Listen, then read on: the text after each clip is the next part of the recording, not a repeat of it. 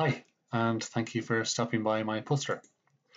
We're interested in the following questions. Are the features of objects that are within the focus of attention automatically accessed and thus subsequently reportable? And what information should be accessed and reported of an object such that we can say that that object was consciously perceived? We start with attribute amnesia, which describes memory failure for letter identity in an experiment in which subjects found a letter amongst numbers and reported the letter color. When surprised with the question, what was the letter that you just got the color of, most participants were not able to answer. This is how the experiment went. They saw a display like this with 3 numbers and 1 letter. They reported the color of the letter for the first 11 trials. On the 12th trial, they got a surprise question. What was the letter you just saw? Here they reported the color and the identity of the letter, and they did so again for 4 controlled trials. In the original study, only 40% of subjects were able to pick the correct letter from a choice of 4 letters. However, performance rose significantly once asked the identity question again in the next controlled trial, suggesting that once they were expecting the question, they had no problem answering it. The inability to retain letter identity unless they're expecting the question is thought to be a failure of consolidation of that information.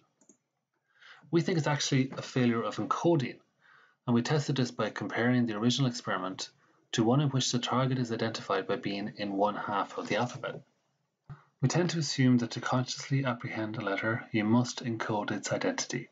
All the details of a stimulus get accessed and encoded when that stimulus is consciously apprehended. However, previous work shows that letter category can be activated independently of identity information of that letter. Perhaps only the fact that Z is a letter gets encoded when the identity information is not necessary for subjects to process. Depending on task conditions, a letter such as Z could be encoded in multiple ways, including as letter only.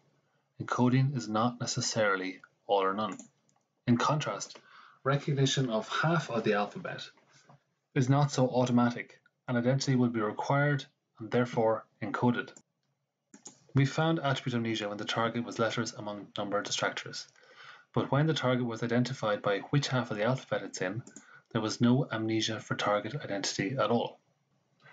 This suggests that letter identity was reliably remembered when it was required to be encoded in order to make the target identification in the first half, second half condition. So far we saw that encoding failures could be the source of attribute amnesia. Now we further investigate that idea in the context of a classic example of memory failure, poor memory for the US penny. We ran a study in which subjects indicated which side the penny was on compared with other real coins in experiment 1A, or experiment 1B in which 50% of foils were fake pennies. After 12 trials, they received a surprise question asking them which penny is real from among a real penny and a fake penny. After another 12 penny location trials, they get another surprise question, again with a real and fake penny, but this time a different fake penny. When the foils were all real coins, participants performed poorly on the surprise trials relative to their performance on the location trials. They were not reliably able to indicate the real penny despite accessing its location dozens of times. Even on the second surprise question, after already being surprised with the question which would have prompted them to pay closer attention.